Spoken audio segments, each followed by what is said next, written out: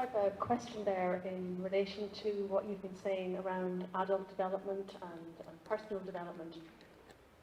So just thinking about it in the context of organisations and perhaps organisations that are business organisations, maybe as opposed to academic or whatever, how would you have any views, or what are your views on how you might actually introduce that or bring that concept into an organisation to the people that work in the organisation and embed that within it? And where would you start?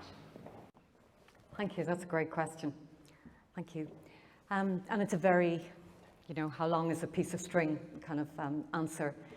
But one of the things I think that's really important, and Conal alluded to it, is that because when I work in organisations and start to talk about development, people get it straight away. There's no mystery about adult development. We all actually instinctively get it because we have, we've developed ourselves. So that's the first thing I would say, that generally is a very welcome, a very open door. And I think once people understand that development is about enlarging ourselves, that's a really positive thing. It's not about giving out to people. It's not about being critical, judgmental, pejorative, all those negative things. It's nothing to do with that. It's about accepting where I am right now and really accepting, which is a very difficult thing to do, and then choosing, do I want to enlarge myself? Do I want to enlarge my meaning making? So that's the first thing.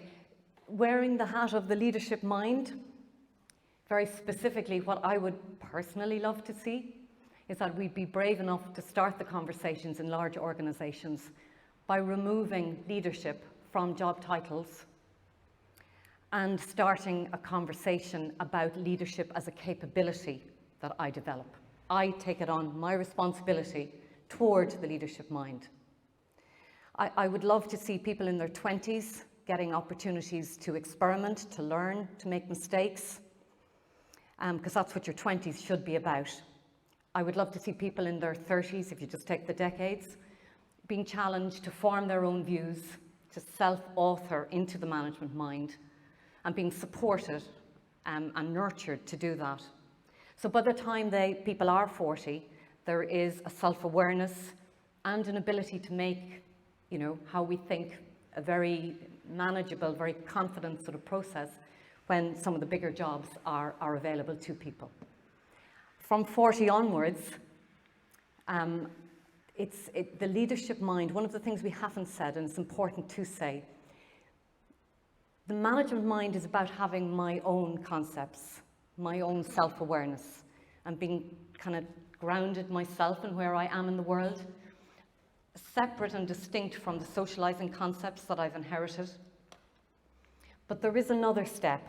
The leadership mind, we haven't actually mentioned Nelson Mandela, I think in the book explains it very well. The leadership mind requires more than ourselves. The leadership mind requires us to accept that we can only do so much as individuals. Our life experience, no matter how broad and stimulating it is, can only take us so far. So therefore, the challenge for the leadership mind is to open up and be capable of holding multiple perspectives. Holding and understanding multiple perspectives. That's not sympathizing, that's not empathizing, that is holding multiple perspectives. It's not an easy thing to do. And from that kind of, that multiple perspectives that one can sit with, this is where the insight can emerge. It is an emergent, it emerges from that capability, from that understanding of other perspectives. But think of the world we're in, think of climate change, think of some of the conflicts we have at work. Think of, we don't like the person across the boardroom. They require the leadership mind so that we can broaden our own mentality and deal with whether they're the big or the small problems. We're all not going to be Steve Jobs, wish we were. But my hero, and what I love in the book, is the Mandela piece. If he stayed in the management mind of just looking at the world through his lens, we'd never have anything resolved in South Africa the way it moved on.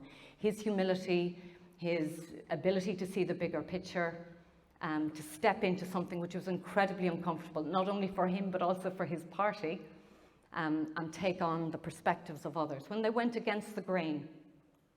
So think about the self-awareness and the disruption and the unease that goes, with that.